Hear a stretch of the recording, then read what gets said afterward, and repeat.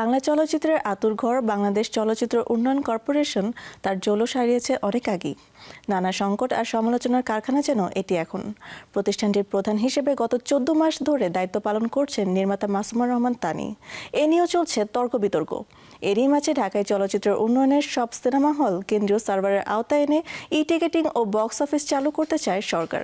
বিষয়টি নিয়ে 50 কোটি টাকার একটি উন্নয়ন প্রকল্প প্রস্তাব প্রণয়ন করছে বাংলাদেশ চলচ্চিত্র উন্নয়ন কর্পোরেশন।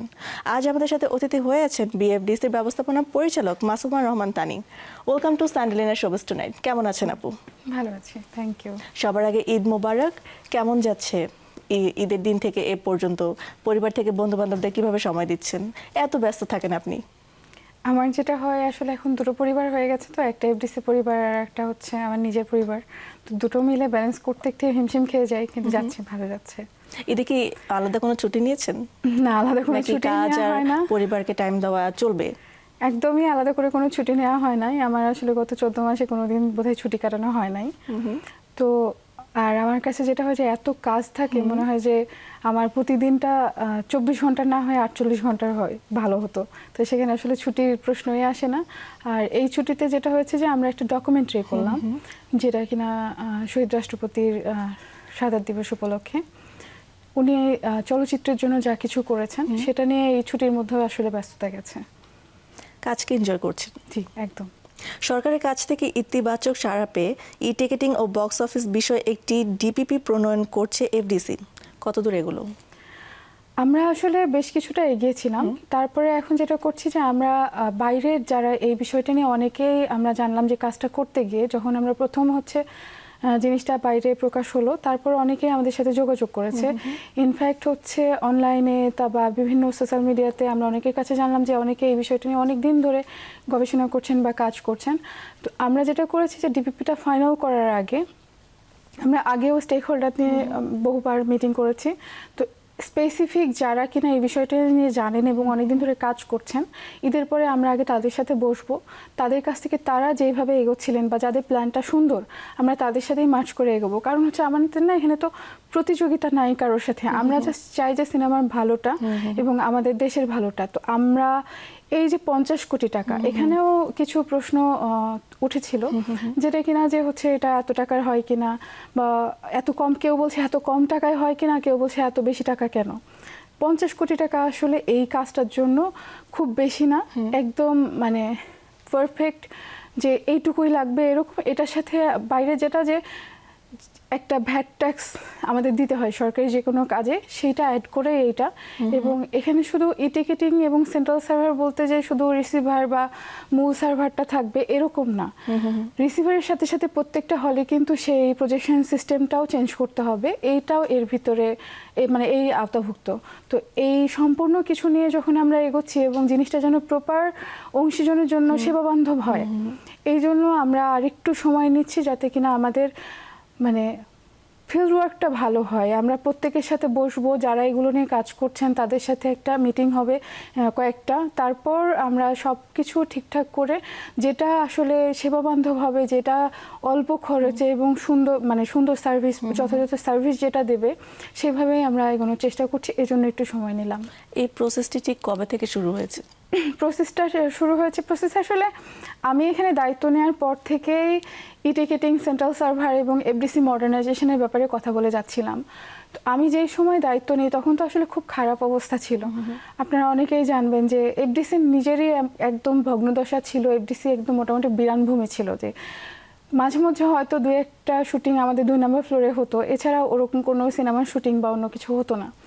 তো আলহামদুলিল্লাহ আমি দায়িত্ব নেওয়ার পর আমি নিজে যখন যেহেতু একজন পরিচালক প্রযোজক, তো আমি নিজে জানতাম যে আমাদের আসলে সিনেমার এই জায়গাটায় বা চলচ্চিত্রের এইখানটায় এফডিসি কেন্দ্রিক সমস্যাগুলো কি, বা আমরা সরকারের কাছে বা আমরা দেশের কাছে কি চাই এবং আমরা কি কি দিতে পারি।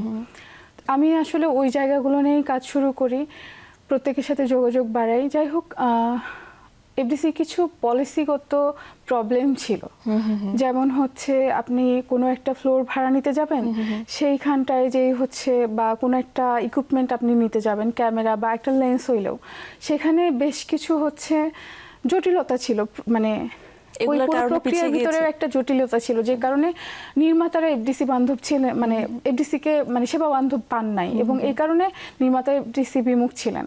তো শুধুমাত্র আমরা তো আসলে মডার্নাইজেশন বলতে কোনো কিছুই করতে পারি নাই, কারণ আমি ওইভাবে কোনো সাপোর্ট পেয়েছিলাম না সরকারের। তো যেখানে যেটা হয় যে আমি বারবার প্রস্তাব দেওয়ার পরেও যখন কোনো সাপোর্ট পাই নাই মডার্নাইজেশন বা অন্য কিছুর, তখন আমি চিন্তা করলাম যে আমাদের আসলে এই জায়গাটাকে যেটুকু আছে এটুকু কিভাবে গুছিয়ে নেওয়া যায় বা কিভাবে সেবাবান্ধব হওয়া যায়। তো তখন শুধু যেই পলিসিগত প্রবলেমগুলোর কারণে, যে জটিলতাগুলো বুকিং বা অন্য কিছু, যে জটিলতাগুলোর যে একটা সিন্ডিকেট বাণিজ্য ছিল, এই সিন্ডিকেটগুলোর কারণে আসলে আমি নিজে এফডিসিমুখী ছিলাম না। ওইগুলো সরানোতে মানুষজন কিন্তু এখন এফডিসিতে আসছেন। তো ওই সময়ের আমার প্রস্তাব, মানে ওনারা আসেন বলতে কি, আমাদের যে বড় বড় ছবিগুলো যা কিছু হয়েছে, বরবাদ, তাণ্ডব, তারপরে তাদের পরের ছবি বিদায় এবং রকস্টার, তারপর মাঝখানে আরো বেশ কিছু ভালো ভালো সিনেমা গেল, রাক্ষস, এগুলো কিন্তু ম্যাক্সিমাম শুটিং হচ্ছে আমাদের এফডিসিতেই হয়েছে। তো আলহামদুলিল্লাহ, যেমন, এবং সবচেয়ে বড় কথা বনলতা এক্সপ্রেস খুব ভালো করছে, এবং মানে ওনারা সম্ভবত এখনো মানে হল ফুল যাচ্ছে, তো মানে হাউসফুল যাচ্ছে। তো এই যে সিনেমা হাউসফুল হচ্ছে, এই জিনিসটা আমাদের একটা অর্জন, এবং সবচেয়ে বড় অর্জন যে ওটাতে শুধু একটা আউটডোর ছাড়া পুরো শুটিংটা আমাদের এফডিসিতে হয়েছে। এই কাজটি যদি সাকসেসফুলি হয়ে যায়, এতে কারা লাভবান হবে বেশি? ই টিকেটিং যদি সাকসেসফুলি হয়ে যায়, আসলে সরকার লাভবান হবেন, লগ্নিকারক লাভবান হবেন, সিনেমা হল মালিক লাভবান হবেন, সবচেয়ে বড় কথা আমাদের ইন্ডাস্ট্রি ঘুরে দাঁড়াবে। এটা হচ্ছে আমি আপনাকে সহজে বলতে পারি, সেটা আমাদের 100 টাকা, আমরা যদি 100 টাকার হিসেবে আসি, যে আপনার একটা টিকিটে, একটা গোটা বাংলাদেশে, ধরেন গোটা বাংলাদেশে একটা সিনেমা হলে, সে কোনো দ্বীপের ভিতরেও হতে পারে, মনে করেন হাতিয়াতে কোনো একটা হলে একটা টিকিট বিক্রি হলো 100 টাকায়। এই 100 টাকার প্রপার ডিস্ট্রিবিউশনটা হবে কিভাবে হবে? 40 টাকা হল মালিকের, 40 টাকা লগ্নিকারকের মানে প্রযোজকের, 20 টাকা সরকারের।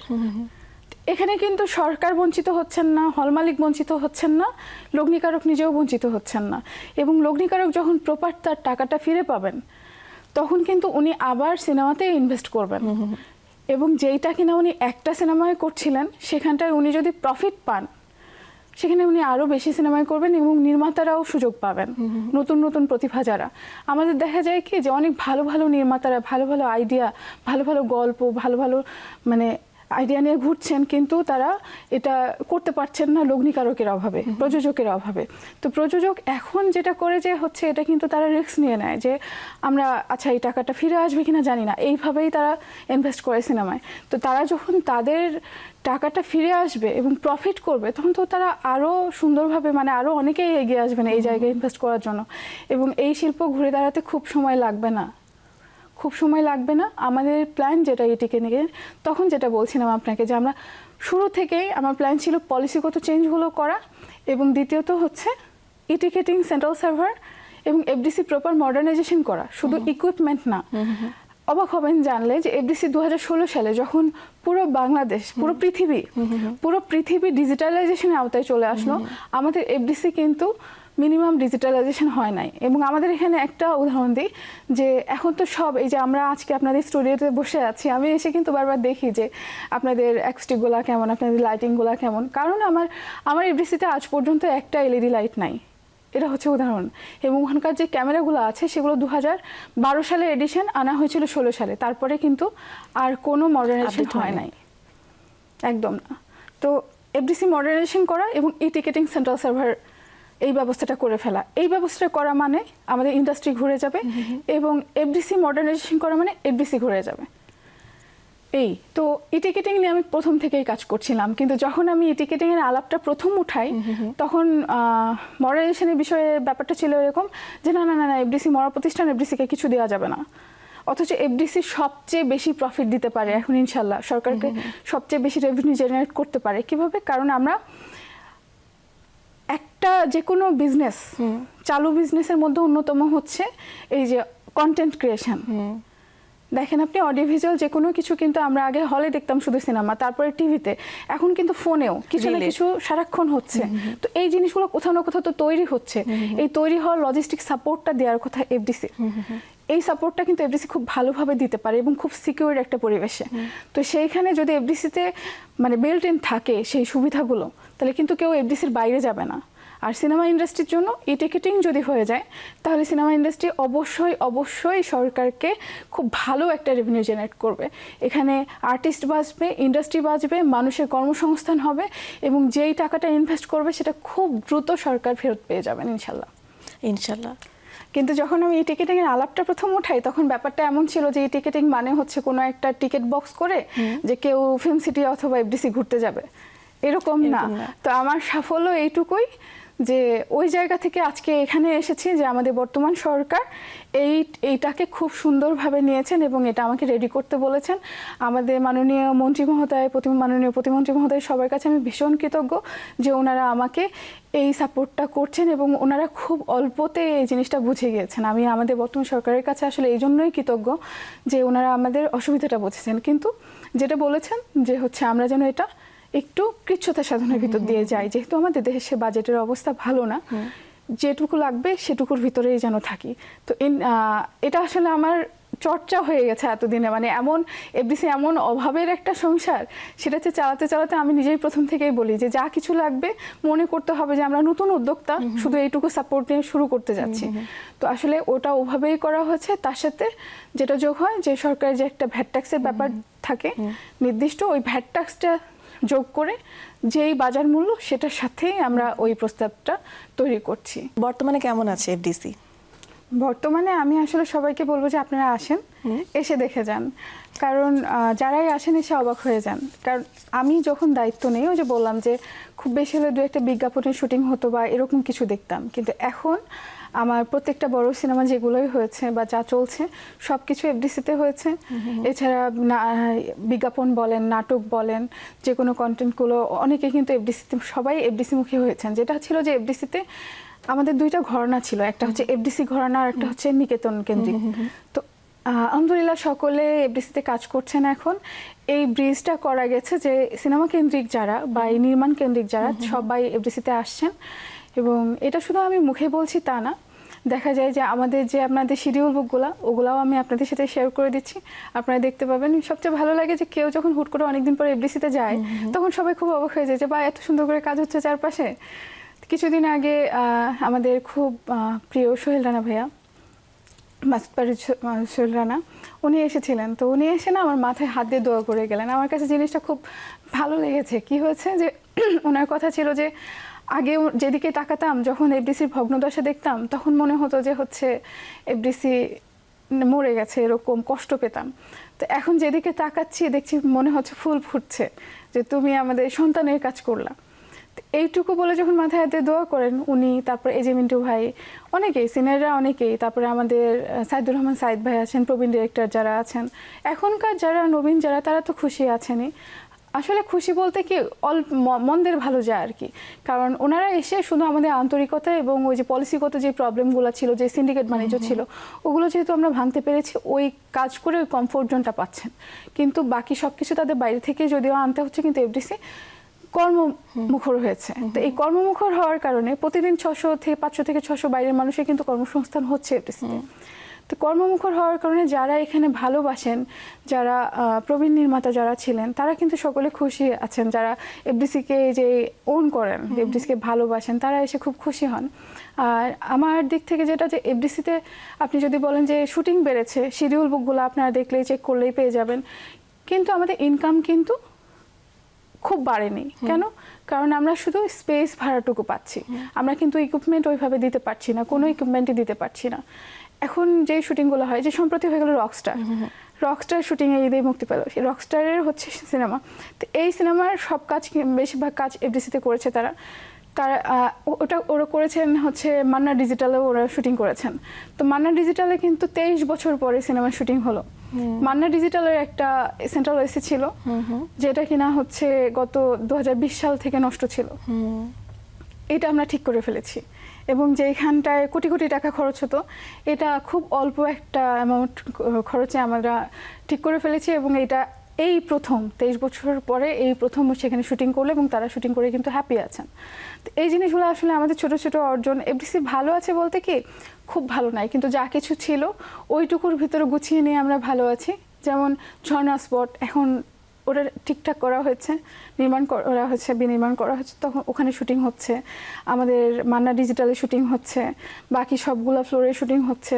সাউন্ড কমপ্লেক্স বন্ধ হয়েছিল কারণ ওখানকার একমাত্র যে এটা 1 নম্বর সাউন্ড রুমটা চালু ছিল, তো ওইটাতে আমি যখন যাই তখন তার কিছুদিন পরে এটা নষ্ট ছিল কনসোলটা। তো আমরা ওটা নিজেদের টাকা থেকে সারাই করে ওটা ঠিক করি, প্লাস হচ্ছে বাকি রুমগুলোও মানে যেন শুটিং উপযোগী মানে ডাবিং উপযোগী করা আর কি, পরিবেশটা একটু ঠিক করা। কারণ আমি যেই ভগ্নদশায় পেয়েছিলাম আসলে ওখানে কোনো মানুষ গিয়ে দাঁড়াতে পারে এরকম ভাবতেও পারতাম না আমরা। তো আমার কাছে মনে হচ্ছে যে আসলে যারা এফডিসিতে সেবা নিতে আসেন তারা তো বাইরে, আমি নিজেও তো বাইরে কাজ করেছি একজন নির্মাতা হিসেবে, তো আমি দেখেছি যে বাইরের স্টুডিওগুলো কিন্তু খুব সুন্দর থাকে। এই যে আপনাদের স্টুডিও আমি দেখছিলাম ভালো সুন্দর, কিন্তু আমাদের কিন্তু এরকম ছিল না। আমাদের যেটা ছিল যে স্টিকগুলো ভাঙা, স্যাঁতস্যাঁতে গন্ধ, একদম বাজে অবস্থা, এসিটা নষ্ট, ইনফ্যাক্ট আমাদের যন্ত্রপাতিগুলোও ঠিক ছিল না। তো আমাদের যেটা করেছি রুমগুলো ঠিক করে গুছিয়ে ফেলেছি। একটা রুমে একটা মানে 1 নম্বর সাউন্ড রুমের যন্ত্রপাতি ঠিক করা হয়েছে, কারণ আমাদের সামর্থ্য কম, নিজেদের ইনকাম থেকে একটু করেছি কারণ আমাদের কোনো বাজেট কোড নাই এখন পর্যন্ত। সরকার আমাদের এফডিসিকে কিন্তু কোনো টাকা দেন না, তো সেখানে হচ্ছে মানে আমরা ঋণ নিয়ে নিজেদের বেতন চালাচ্ছি। কারণ এটা কর্পোরেশন, এটা আসলে সরকারকেও দোষ দিয়ে লাভ নাই, কারণ আমাদের নিজেদের ইনকামে নিজেদের চলার কথা এবং প্রফিট দেওয়ার কথা। কর্পোরেশন যেহেতু, এফডিসি কিন্তু করেছেও সেটা 2016 আগ পর্যন্ত, ডিজিটালে আসার আগ পর্যন্ত 2011 সাল পর্যন্ত এফডিসি সরকারকে যেই প্রতিষ্ঠানগুলো সবচেয়ে বেশি রেভিনিউ জেনারেট করতো, প্রফিট দিত, তাদের মধ্যে অন্যতম প্রতিষ্ঠান কয়েকটা বছর ধরে ছিল হচ্ছে এফডিসি। শুধুমাত্র প্রপার মডার্নাইজেশন এবং হচ্ছে এই যে প্রপার ডিস্ট্রিবিউশন ফিল্মের এর অভাবে আজকে এফডিসির এই অবস্থা। এবং সিনেমা হল না চললেও, এটা অনেকের কাছে খারাপ লাগতে পারে, কিন্তু আমি বলি এফডিসির জায়গা থেকে আমি বলি সিনেমা হল না চললেও এফডিসি লস করবে না। এফডিসি তারপরেও প্রচুর রেভিনিউ জেনারেট করবে সরকারকে, শুধুমাত্র অডিও ভিজুয়াল কন্টেন্ট নির্মাণের লজিস্টিক সাপোর্ট দেওয়ার প্রতিষ্ঠান হিসেবে, যদি এফডিসি প্রপার মডার্নাইজেশনের আওতায় আনা যায়। তো এইটুকু আমরা চেষ্টা করেছি যে যেহেতু আমরা কোনো কিছু কিনতে পারছি না নতুন করে, নিজেদের ছোট ইনকাম থেকে যা কিছু, সাউন্ড রুমগুলো ঠিক করা, ঝর্ণা স্পট ঠিক করা, বাকি ফ্লোরগুলোয় কোথায় কী আছে টুকটাক ছোট সারাই যেটুকু সামর্থ্যের ভিতরে আর কি। এবং এর সাথে যেটা স্টেক হোল্ডার ফ্রেন্ডলি হওয়া, নিজেদের আচরণের কিছু পরিবর্তন আনা। এখানে একটা সিন্ডিকেট ছিল, আপনি শুরুতে বলেছিলেন, এখন আমি বলি যে নানান বিতর্কের ভিতর দিয়ে সিন্ডিকেটটাই আসলে বিতর্কের অংশ। কারণ এখানে এই যে এখন শুটিংয়ের পরিবেশ হয়েছে, আমি কিন্তু কোনো অনুদান পাইনি সরকার থেকে, আমি কোনো কিছু নতুন করে বানাতে পারি নাই, যা ছিল সেটুকুই গুছিয়ে আছি আমরা। কিন্তু এত শুটিং এখন কেন হচ্ছে, বা মানুষ এখন এফডিসি মুখী কেন? যারা যাচ্ছেন আপনারা নিজেরা জিজ্ঞেস করবেন, যে নির্মাতারা এফডিসিতে কাজ করছেন তাদের জিজ্ঞেস করবেন যে এখন কেমন লাগছে। তারা কিন্তু এখন হ্যাপি আছেন, কারণ একটা স্বচ্ছতা আছে, সিন্ডিকেট বাণিজ্য নাই, আপনাকে ভুতুরে বেল কেউ ধরিয়ে দিচ্ছে না এফডিসির কথা বলে, এই জন্য তারা এফডিসিতে আসছেন। এই যে সিন্ডিকেটটা ভাঙা হয়েছে, এই সিন্ডিকেট কিন্তু নতুন না, সেই এত বছর ধরে চলা সিন্ডিকেট, এবং খুব বেশি মানুষজনের না, অল্প কিছু মানুষজনের, যেগুলো দায়িত্ব রদবদলের কারণে আজকে এফডিসি এইভাবে স্টেক হোল্ডার ফ্রেন্ডলি হয়েছে, বা এই পরিবেশগত চেঞ্জটা করা হয়েছে। এই চেঞ্জটা যারা চায় নাই তারাই আসলে বিতর্ক করে। তাছাড়া আমার যারা আছেন, আমরা বেশ ভালো আছি, আলহামদুলিল্লাহ খুব ভালো আছি। এবং আমার বর্তমান সরকার আসার পরে যেটা হয়েছে যে তারা যখন আমাদের প্ল্যানগুলোকে গুরুত্ব দিচ্ছেন, তারা যখন আমাদের নিয়ে এগোচ্ছেন, আমরা খুব ভালো আছি এবং খুব আশায় আছি। এটা তো আপনার জন্য অনেক বড় প্রাপ্য, সবার দোয়া পাচ্ছেন খুব। হ্যাঁ, এটা সত্যি, আমি খুব দোয়া পাচ্ছি। আমি আসলে খুব বেশি কিছু করতে পারি নাই। এখানে এসে যেটা দেখলাম কি, এখানে মানুষজন, আমি যখন দায়িত্ব নেই তারা তখন প্রায় 5 মাস 6 মাসের বেতন বোনাস পায় নাই তারা, এবং বেতনই পায় নাই, বোনাস তো দূরের কথা। তো সেখানে হচ্ছে আমার 195 জন কর্মকর্তা কর্মচারী, অফিসার লেভেলে খুব কম, বেশিরভাগই তো ছোট চাকরি। এফডিসির নিয়োগও বন্ধ আছে অনেক বছর ধরে, কারণ হচ্ছে এফডিসি যেহেতু লস করছেন, তো আমাদের নিয়োগ প্রক্রিয়া কিন্তু বন্ধ। আমাদের 520 জন বা এরকম কিছু থাকার কথা, সেখানে আমাদের আছে 190-95 জন, মানে আউটসোর্সিং মিলে আরও কিছু। তো সেখানে এই যে মানুষগুলো আছেন না, এই মানুষগুলো তো তাদের আমার যখন মনে হলো যে আমরা আসলে যখন যদি আপনি এই যে আজকে এখানে আপনি আমি আছি, আমরা যদি আমাদের নিজেদের সংসারের চিন্তা বা যদি তাদের মানে রিজিকের চিন্তা করতে হতো, আপনি আমি খুব সহজ মানে খুব স্বাভাবিকভাবে এখানকার আমাদের কাজটা করতে পারতাম না, আপনি আপনার কাজটা করতে পারতেন না। তো ওখানেও যারা ছিল, যারা আসলে ঠিক অংশীজন বান্ধব ছিল না, আমরা শুধু তাদের দোষ দিয়েছি, কিন্তু কখনো চিন্তা করতে যাই নাই যে একটা মানুষ মাসের পর মাস বেতন না পেয়ে যাদেরকে বাসা থেকে বের করে দিচ্ছে বাড়িওয়ালা, প্রয়োজন নাই তো কাউকে, তারা তো রাখবে না, এটা স্বাভাবিক। তো তাদেরকেও দোষ দিয়ে লাভ নাই। তো যেই মানুষটা সংসারের দায়িত্ব এবং জীবনের নিরাপত্তা থাকছে না একটা জায়গায় কাজ করেও, সেই কাজটাও কিন্তু কেউ মন দিয়ে বা আন্তরিকতার সাথে করবে না। তো সেখানে যখন তাদের বেতন বোনাসটা আমি চেষ্টা করেছি, আলহামদুলিল্লাহ এখন পর্যন্ত দিয়ে যাচ্ছি, বাকিটা আল্লাহ ভরসা, যে তারা যেন রেগুলার বেতন বোনাসটা পান। আমাকে একটু বেশি কষ্ট করতে হয়, মোটামুটি বলতে গেলে যে একটা ভিক্ষাবৃত্তির মতোই করতে হয় অর্থ বিভাগে গিয়ে, কারণ আসলে তারাও তো তাদের জায়গায় ঠিক আছেন, কারণ এফডিসির নিজের ইনকামে নিজের চলার কথা। এখানে আসলে যারা দায়িত্বে ছিলেন এবং যারা পলিসিগুলো তৈরি করেছেন বা যাদের এইগুলো উদ্যোগ নেওয়ার কথা ছিল, তারা নেন নাই। কিন্তু প্রতিষ্ঠানটা সম্ভাবনাময় এবং সরকারও বঞ্চিত হচ্ছে, প্রতিষ্ঠানও বঞ্চিত হচ্ছে, তার সাথে স্টেক হোল্ডাররা তো বঞ্চিত হচ্ছেনই। কেন? কারণ এটা প্রফিট দেওয়ার কথা, রেভিনিউ জেনারেট করার কথা এবং স্টেক হোল্ডারদের জন্য সাপোর্ট দেওয়ার কথা। আমাদের বাংলাদেশের যত নির্মাতা আছে তাদের কিন্তু সাপোর্ট দেওয়ার কথা, সরকারের তরফ থেকে সাপোর্ট সেন্টারটাই এফডিসি। আর এফডিসির উল্টো হচ্ছে এই বিজনেসটা রমরমে থাকার কথা। আজকে আমার এফডিসি ভর্তি হচ্ছে, কাজ হচ্ছে, এই কাজগুলো কিন্তু সবাই বাইরে থেকে সব ইকুইপমেন্ট নিয়ে এসে, ট্রান্সপোর্ট খরচ করে নিয়ে এসে তারপরে এফডিসিতে বসে কাজ করছেন। আমাদের এখানে কিন্তু পোস্ট প্রোডাকশনে খুব কাজ বেশি হয় না। কারণ কি? কারণ আমাদের কিন্তু যন্ত্রপাতিগুলো বা মানুষগুলো ট্রেন আপ করা হয় নাই এবং যন্ত্রপাতিগুলোও আধুনিকায়ন করা হয় নাই। এদিকে এখন হচ্ছে, এখন আমরা উদ্যোগ নিয়েছি, আমরা ডিপিপির সাথে সাথে এফডিসি মডার্নাইজেশনের এবং যে মানুষজন আছেন তাদেরকে হচ্ছে ট্রেন আপ করা, তাদেরও মডার্নাইজেশন আর কি, এবং আউটসোর্সিংয়ে লোক নেওয়ার ব্যাপারে আমরা প্রস্তাব পাঠিয়েছি। যেমন কিছুদিন আগে যে বললেন নানা বিতর্ক, তার মধ্যে একটা বিতর্ক হচ্ছে এফডিসিতে কিছুদিন আগে একটা ফোন চুরির ঘটনা ঘটে। প্রথমত হচ্ছে পার্সোনাল বিলঙ্গিংস কিন্তু আপনি বাইরেও যখন শুটিং করতে যান সেটা আপনার নিজ দায়িত্বেই রাখতে হয়, প্রোডাকশনের দায়িত্বে। তারপরেও এফডিসি কর্তৃপক্ষ আরও বেশি সাপোর্ট দিতে পারবে, আমরা আরও বেশি সাপোর্ট দিতে পারবো। কখন দিতে পারবো? যখন আমার আউটসোর্সিংয়ে আমি নিরাপত্তা কর্মী এবং পরিচ্ছন্নতা কর্মী চেয়েছি আরও। আমার এখানে 7.5 একরের মতো জায়গা, এই 7.5 একরের মতো জায়গা কিন্তু অনেক বড় একটা এরিয়া। এই এরিয়ায় আমার সিকিউরিটি ইনচার্জ সহ মোট 4 জন, মানে 3 জন সিকিউরিটির দায়িত্ব পালন করছে। এটা কিন্তু যথেষ্ট নয়। সিসিটিভিগুলো আমি এসে নষ্ট পেয়েছিলাম, আস্তে আস্তে ওই যে বললাম নিজেদের টাকা থেকে টুকটাক করে সবগুলো ঠিক করার চেষ্টা করছি। সার্ভারে একটা প্রবলেম ছিল, সেটা ঠিক করেছি। তো এইগুলো আসলে সমস্যা খুব বেশি না, সমস্যা খুব সহজে উত্তরণ সম্ভব। আমরা চেষ্টা করছি, এখন যেহেতু সরকার সাপোর্টিভ আছেন, ইনশাআল্লাহ আমরা করে ফেলবো। তো এই মানুষগুলো যারা কাজ করছেন তারা, তারপর যারা প্রবীণরা ছিলেন তাদের দোয়াটা পাচ্ছি, তারা যখন এসে এফডিসি দেখেন। সবচেয়ে বেশি দোয়া পেয়েছি আমি বলবো যে যারা আমার অবসরপ্রাপ্ত কর্মকর্তা কর্মচারী ছিলেন। খুবই প্যাথেটিক একটা ব্যাপার, আমি যখন আসলাম আমি এসে দেখলাম ওনারা বেতন তো পান না, ওনাদের কিন্তু পেনশনের কোনো সিস্টেম নাই। যেহেতু কর্পোরেশন, ওনারা বেতন কি এককালীন একটা টাকা পান, অবসরকালীন একটা টাকা পান যারা অবসরে যান। তো এই টাকাটা কিন্তু যারা কিনা 2000 মানে অনেক বছর আগে অবসরে চলে গেছেন, তারাও তাদের প্রাপ্য পাওনাটা পান নাই। এই মানুষগুলো কিন্তু খুবই মানবেতর জীবনযাপন করছেন। আমি যখন হচ্ছে আমার লোকজনের বেতনের বর্তমান যারা আছেন তাদের বেতনের সাথে সাথে আমি একটা উদ্যোগ নিই যে হচ্ছে যে মানুষরা চলে গেছেন তাদের টাকাটা যেন এককালীন দিয়ে দেওয়া হয়, এভাবে আমি প্রস্তাব নিয়ে ঘুরতাম। তো আলহামদুলিল্লাহ যারা ছিলেন আসলে দায়িত্বে যারা থাকেন ওনারাও তো আসলে মানবিক মানুষ।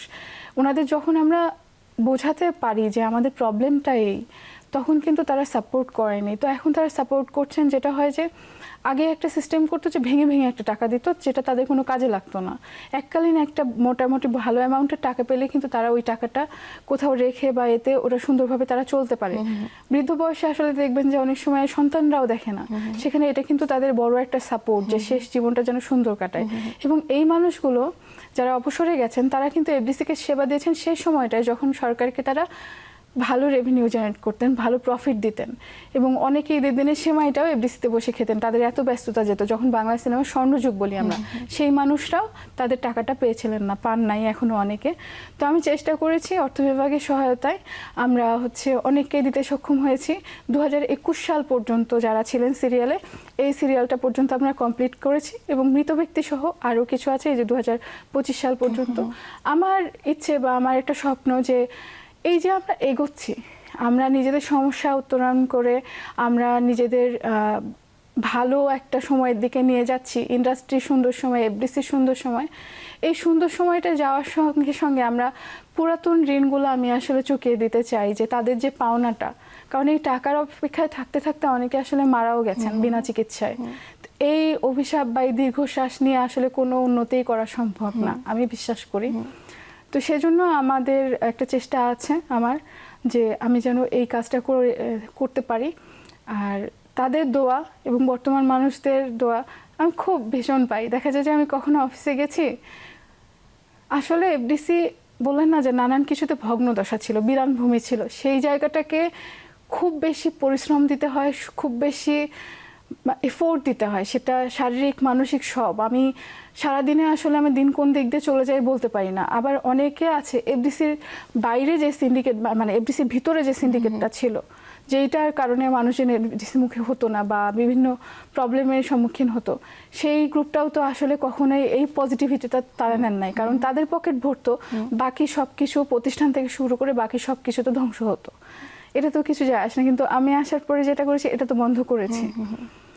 তো এই বন্ধটা তারা তো পিছিয়ে লেগেই আছেন।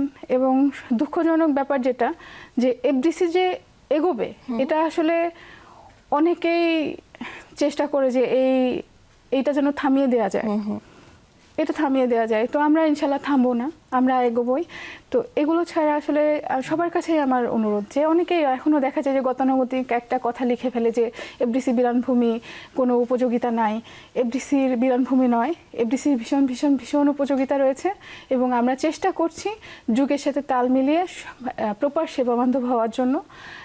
এটা আমরা করে ফেলবো ইনশাল্লাহ। কিন্তু সেইখানটায় আমরা কোনো রকম আসলে অপপ্রচার বা অপতথ্য, এই জিনিসগুলো থেকে সবাইকে বিরত থাকার অনুরোধ করছি। আপনারা প্রত্যেকে আসেন, এফডিসি ভিজিট করে যান, তারপরে আপনারা বলেন, তখন ঠিক আছে। কিন্তু এই যে গতানুগতিক একটা কথা, এটা আসলে ঠিক না, এটা মানুষের উদ্যমটাও নষ্ট করে নেগেটিভিটি ছড়াচ্ছে। জি একদম।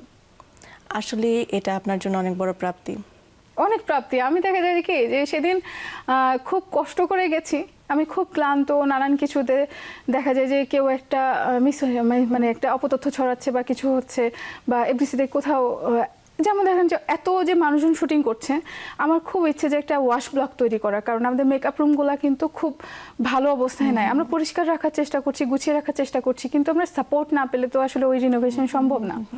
তারপর আমি কদিন থেকে চেষ্টা করছি, যে বর্ষাকাল আসছে, এফডিসি কিন্তু এখন শুটিং বাড়বে, কারণ বাইরে অতটা স্পেস তারা পাবে না মাথার উপর ছাদ নিয়ে। কিন্তু আমার যে মাথার উপর ছাদখানা, সেখানে পানি পড়ে অনেক জায়গা থেকে। আমি এটা গতবার পাঠাতে পারিনি, এবার আমি কিন্তু এই প্রস্তাব পাঠিয়েছি। আমাদের মাননীয় মন্ত্রী মহোদয় এটা বলেছেন যে অল্প কিছুর মধ্যে জাস্ট পানিটা, আমি বললাম স্যার আগে আমাদের পানিটার ব্যবস্থা করে দেন অন্তত। তো ওই পানিরটা যেন ঠিক করা হয়, এই জন্য আমরা চেষ্টা করছি, আমরা প্রস্তাব পাঠিয়েছি যত দ্রুত এটা হয়ে যায়। আমার এখন চিন্তা হয় যে এই যে বর্ষা আসছে, এফডিসিতে মানুষ যখন শুটিং বাড়বে, আবার তাদেরকেও যেন আমরা প্রপার সাপোর্টটা দিতে পারি। তো এই সব কিছু নিয়ে একটা উদ্বেগ তো থাকেই। দেখা যায় যে আমার কৃষানির মতো অবস্থা হয়েছে, যে বৃষ্টি হচ্ছে, আমার পাকা ধান কিছু হয়ে গেল কিনা। আমার এখন হয়েছে যে বৃষ্টি হচ্ছে, আমার এফডিসির শুটিংয়ে তাদের অসুবিধা হয়ে যাবে, কারণ আমি রেগুলার, আমি আমার অফিসাররা রেগুলার আমরা ভিজিট করি প্রত্যেকটা ফ্লোরে, যে কারো কোনো অসুবিধা হচ্ছে কিনা। তো সবার অনেক অভিযোগ থাকে, ওয়াশ ব্লক একটা, যে আসলে ওয়াশ ব্লক দরকার, বিশেষ করে মেয়েরা। আপনি চিন্তা করবেন যে অনেক ইউনিটের সাথে কিন্তু অনেক নারীরা আসেন, হ্যাঁ, তো তারা ওই যে কমন ওয়াশরুমটা তাদের জন্য টাফ হয়ে যায়, তাদের জন্য একটা ওয়াশ ব্লক করা, বা বাইরে যে এই যে প্রতিদিন 500-600 মানুষ কাজ করেন যখন শুটিংটা ভালোভাবে থাকে, তাদের জন্য আসলে একটা দুটো ওয়াশরুম যথেষ্ট না যে ফ্লোরের সাথে থাকে। আমার ইচ্ছে যে একটু ওয়াশ ব্লক করা, ছাদগুলো ঠিক করা। তো এগুলো নিয়ে যখন আমি পাচ্ছি না, তখন নানান কিছু নিয়ে দেখা যায় যে বিরক্ত হয়ে থাকে। কি মনে করে একদিন খুব বিরক্ত, মনটাও খারাপ, গেছি, যাওয়ার পরে দেখি আমার অবসরে গেছেন এরকম প্রায় 5-7 জন কর্মকর্তা এসছেন, আমি আপনাকে ছবিটা দেখাবো। তো ওনারা এসে না কোনো কিছু না, আমি তো খুব লজ্জিত হই যে আপনার অবসরে যারা গেছেন তার মধ্যে একজন টাকা পেয়ে গেছেন আর 6 জন পাবেন সামনে। বলছে আমি বললাম আপনারা আসছেন, আমি তো আসলে খুব খারাপ লাগে, আমার আপনাদের বিষয়টা নিয়ে তাগিদ দেওয়ার কিছু নেই, এই তাগিদটা আমার ভিতরেই আছে। বলছে না স্যার, আমরা আসছি আসলে শুধু আপনাকে এটা বলতে যে আমরা আপনার জন্য দোয়া করি, আপনাকে যে আমাদের বলতে হবে না এটা আমরা জানি, এবং আপনি যে আমাদের জন্য যে চেষ্টাটা করছেন এটার জন্য আমরা জানি। তারা সাতক্ষীরায় কোন একখানা মসজিদ আছে, খুব বিশ্বাস করেন যে খুব নাকি নামি মসজিদ, সেখানে গিয়ে তারা আমার জন্য দোয়া করেছেন। আমার রেগুলার যারা আছেন তারা তো দোয়া করেনি। তো এই যে মানুষের দোয়াটুকু, স্টেক হোল্ডার যারা, প্রবীণ যারা বা এখনও যারা কাজ করেন, খুব সাপোর্ট করে, আপু খুব ভালো আছি, আপু খুব ভালো হচ্ছে, বা আমরা খুব কাজ করে আরাম পেয়েছি, এই জিনিসগুলোই আসলে প্রাপ্তি। এতদিনে নিশ্চয়ই আপনার শত্রু তৈরি হয়েছে। অনেক শত্রুদের উদ্দেশ্যে কি অনেক বলবেন? শত্রু তৈরি হয়েছে কি, আমার যেদিন থেকে আমার প্রজ্ঞাপনটা হলো সেদিন থেকে আমাকে নানা রঙে রাঙানোর চেষ্টা চলছিল প্রথম দিন থেকে। তো নানান মিথ্যে তথ্য দিয়ে, নানান রকম অপপ্রচারের মাধ্যমে। তো আমি প্রথম থেকে বলেছি যে তারা যে কথাগুলো বলে সবই মিথ্যে, এবং আমাকে নিয়ে ছড়ানো হয়, আমার কোনো অভিজ্ঞতা নাই। আমি নিজে রাজশাহী বিশ্ববিদ্যালয় থেকে পাশ করা, আমি বেসিক্যালি একজন পেইন্টার, চারুকলা থেকে বেরোনো। পেইন্টার থেকে আমার সিনেমায় আসা, মানে জাস্ট মাধ্যমটা বদলে যাওয়া, ক্যানভাস থেকে ফ্রেমে ছবি আঁকা, এটাতে চলে আসি। আমার নিজের পরিচালনা করা ছবির সংখ্যা 3টি, সেন্সর করা, আর প্রযোজনা করা 1টি, এই প্রত্যেকটা সেন্সর করা, এবং কাজ চলছে আরও 2টোর। এই অবস্থায় আমি এখানে এসে জয়েন করি। তো আমাকে বলা হয় যে আমার কোনো অভিজ্ঞতা ছিল না, এরকমই প্রত্যেকটা বাকি যা কিছুই বলা হয় সমস্তটা মিথ্যা তথ্য দিয়ে। সার্টিফিকেট হয় না, সবকিছু তো বিশ্ববিদ্যালয় থেকে শেখা যায় না। না, সবকিছু বিশ্ববিদ্যালয় থেকে শেখা যায় না, কিন্তু যে বলা হয় যে আমি কেউ না, এটা আসলে খুবই হাস্যকর। মানে আমি জাস্ট এটাই বললাম যে এটার সাথে সাথে বাকি যা কিছুই বলা হয় প্রতিটাই মিথ্যা, কারণ এটা আসলে ব্যক্তিগত ঈর্ষা থেকে বলা, সেটা তো আমি কোনোভাবেই আটকাতে পারবো না। তো সেই জন্যই আমার জবাবটা এই যে আমার অভিজ্ঞতা আছে কিনা। আমি 3টি চলচ্চিত্রের পরিচালক, 1টির প্রযোজক, এবং আরও 2টি নির্মাণাধীন। এই অবস্থায় আমি এখানে এসে জয়েন করি। এবং দ্বিতীয় কথা যেটা, আমি এফডিসিতেও নতুন না। এফডিসিতে আমি 2018 সাল থেকে সদস্য, এবং এফডিসির যে পরিচালক সমিতি আছে, আমাদের পরিচালক সমিতির প্রথম নির্বাচিত নারী ক্যাবিনেট মেম্বার হচ্ছে আমি, এবং বেশ বিশাল বড় একটা ভোটে জিতে প্রথম নারী ক্যাবিনেট মেম্বার পরিচালক হিসেবে। তো আমি এফডিসিতে মোটেও নতুন নই। এফডিসি আসলে তখন থেকে আমার ভালোবাসার জায়গা।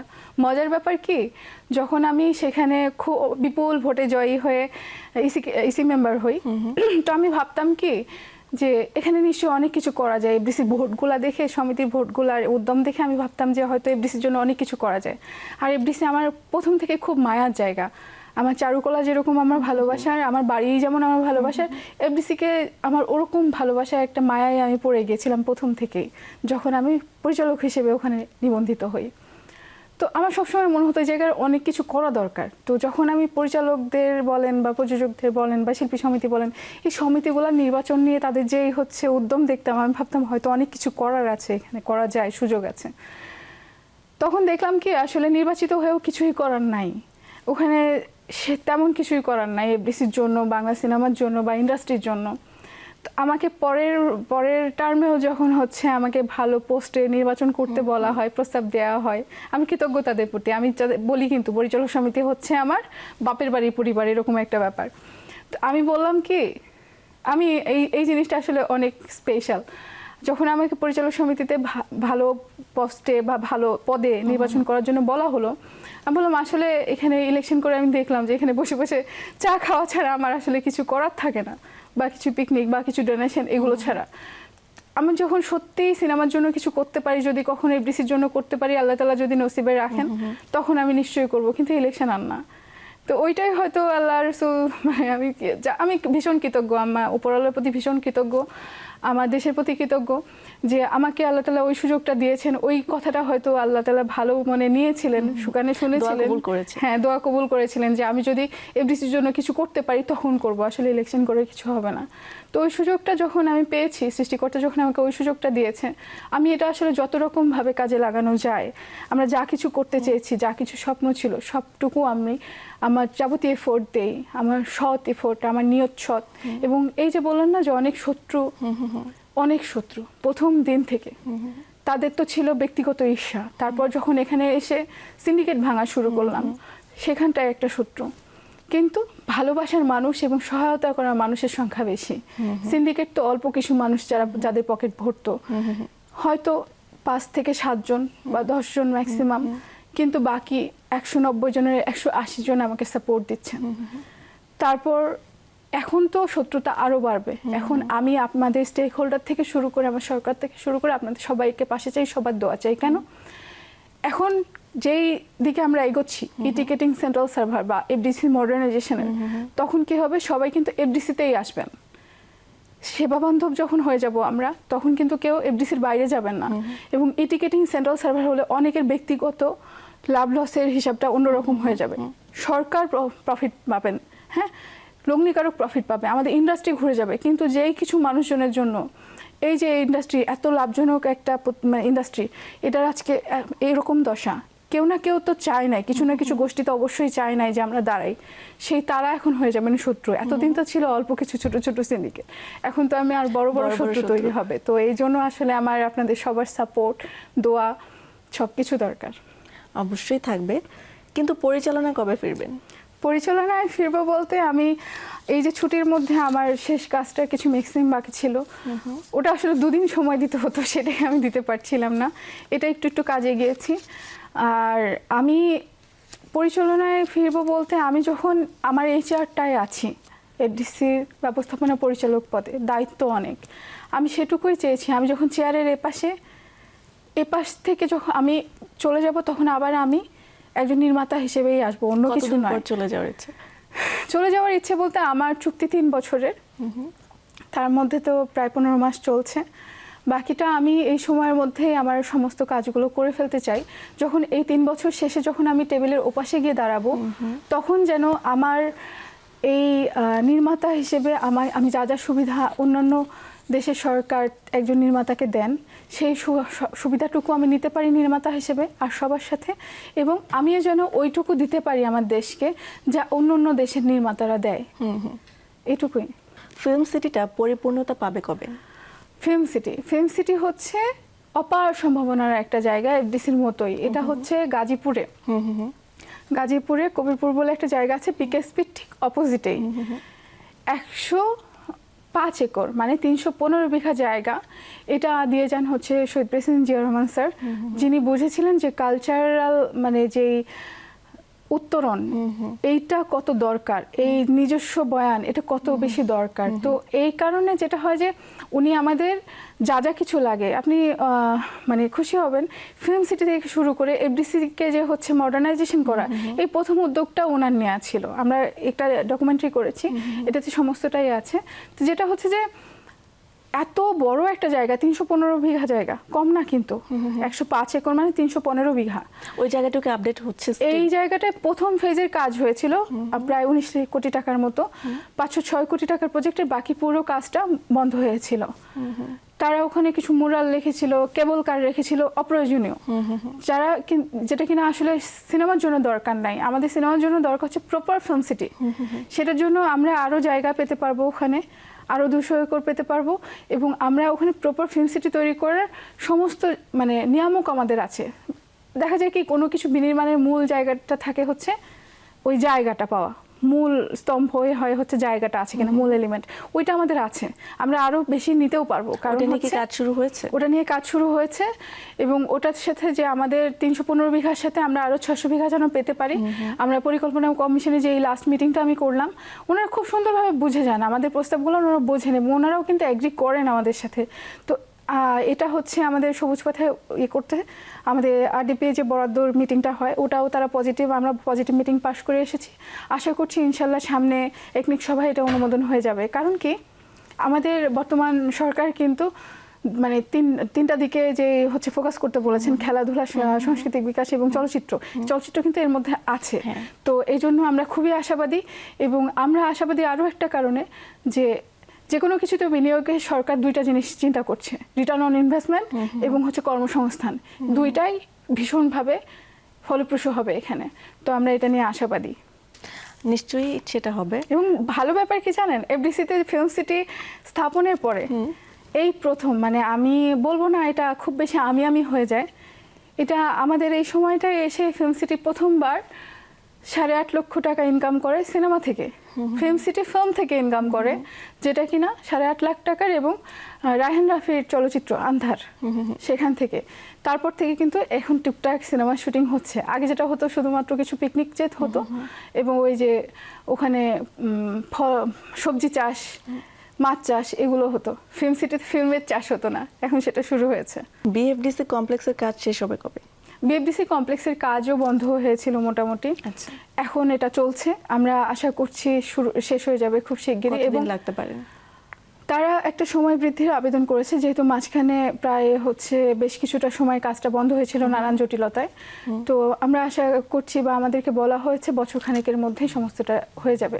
এবং এই কমপ্লেক্সটা যদি হয়ে যায়, সেটা যেমন স্টেক হোল্ডারদের জন্য ভালো হবে, এফডিসি আসলে নিজের পায়ে দাঁড়িয়ে যাবে আর্থিকভাবে। এই যে এত বাধার পরে, এত বছর বাধার পরেও বাংলা সিনেমা এগিয়ে যাচ্ছে, তো এই নিয়ে কি বলবেন? এটা নিয়ে তো আমি ভীষণ আশাবাদী ভাই। আমি তো বলি, বাংলা সিনেমার এত খারাপ দিন এসে গেছে যে এই খারাপের পর আর খারাপ হওয়ার কিছু নাই, এখন আমাদের ভালোই হবে। আমাদের উদ্যোগগুলো সফল হচ্ছে, এবং সবচেয়ে বড় ব্যাপার, বাংলাদেশে কিন্তু ওই যে হলে গিয়ে সিনেমা দেখার ওই কালচারটা আবার ফিরে এসছে। আপনি দেখবেন যে আমরা ছোটবেলায় যখন, মানে আমি মফস্বলে বড় হওয়া, ছোটবেলায় দেখতাম কিন্তু আমার ছোট চাচার সিনেমা হল ছিল, দেখতাম যে বিভিন্ন এলাকা থেকে, গ্রাম থেকে অনেকে আসছে, যে রিক্সা 4-5টা ঘিরে নায়রীরা যখন বাপের বাড়ি আসে, তারা কিন্তু সিনেমা দেখতে যাচ্ছেন। এখন কিন্তু আবার একটা পরিবেশ এসছে, মাঝখানে কিন্তু কেউ হলে গিয়ে সিনেমা দেখতো না, পরিবেশ তৈরি হচ্ছে, মানুষের মধ্যে ওই টেন্ডেন্সিটা তৈরি হয়েছে। এবং সবচেয়ে ভালো ব্যাপার, আমার দেশের প্রধানমন্ত্রী তার কন্যাকে নিয়ে, তার পরিবার নিয়ে সিনেমা হলে যাচ্ছেন, তার মানে হচ্ছে উনি কিন্তু এটাকে উৎসাহ দিচ্ছেন। তো আমাদেরও ওই পারিবারিক সিনেমার ওই ব্যাপারটা কিন্তু ফিরে এসছে। বনলতা এক্সপ্রেস দেখেন, সামনে বিদায় আসছে, আরো বেশ কিছু ভালো ভালো ছবি। কিছুদিন আগে গেল উড়াল, তারপর আরেকটা গেল দেলুপি, রাজনৈতিক আলাপ জরুরি। এই কাজগুলো কিন্তু সুন্দর, ফ্যামিলি নিয়ে দেখার মতো সুন্দর সুন্দর সিনেমা। তো সুন্দর সিনেমা যেমন তৈরি হচ্ছে, মানুষের যাওয়ার টেন্ডেন্সি তৈরি হয়েছে। আমার দেশের প্রধানমন্ত্রী তার পরিবার নিয়ে সিনেমা দেখতে যায়, এই কালচারটাকে কিন্তু আরো উৎসাহিত করছেন। তো আমি বলি, আমাদের আর খারাপ কিছু নাই, ইনশাল্লাহ সামনে আমাদের খুব ভালো দিন। আমরা চাই বাংলা সিনেমা অনেক দূর এগিয়ে যাক, আপনিও এগিয়ে যান। আমাদের স্টুডিওতে এসে সময় দেওয়ার জন্য আপনাকে অসংখ্য ধন্যবাদ। আপনাকে অনেক ধন্যবাদ, যমুনা টিভিকে ধন্যবাদ, সবাইকে ধন্যবাদ। আসলে সবাই দোয়া করবেন। আমি স্বপ্ন দেখি আমাদের বাংলা সিনেমা, আমাদের বাংলা চলচ্চিত্র একদিন বিশ্ব জয় করবে, এবং সেখানে যাবতীয় সাপোর্ট দিবে আমাদের বিএফডিসি। ইনশাল্লাহ আমরা সেটুকু করে যাব। ইনশাল্লাহ আমি এখানটায় আপনাদের সবার দোয়া, সবার সহযোগিতা, সবকিছু চাই। আমরাও সেই স্বপ্ন দেখি। আপনার জন্য আবারও শুভকামনা। ঈদ মোবারক। ঈদ মোবারক। দর্শক, এই ছিল আমাদের আজকের আয়োজন। আগামীকাল ফিরে আসবো ঠিক একই সময়। ততক্ষণ পর্যন্ত ভালো থাকুন, সুস্থ থাকুন, আর দেখতে থাকুন যমুনা টেলিভিশন। শুভরাত্রি।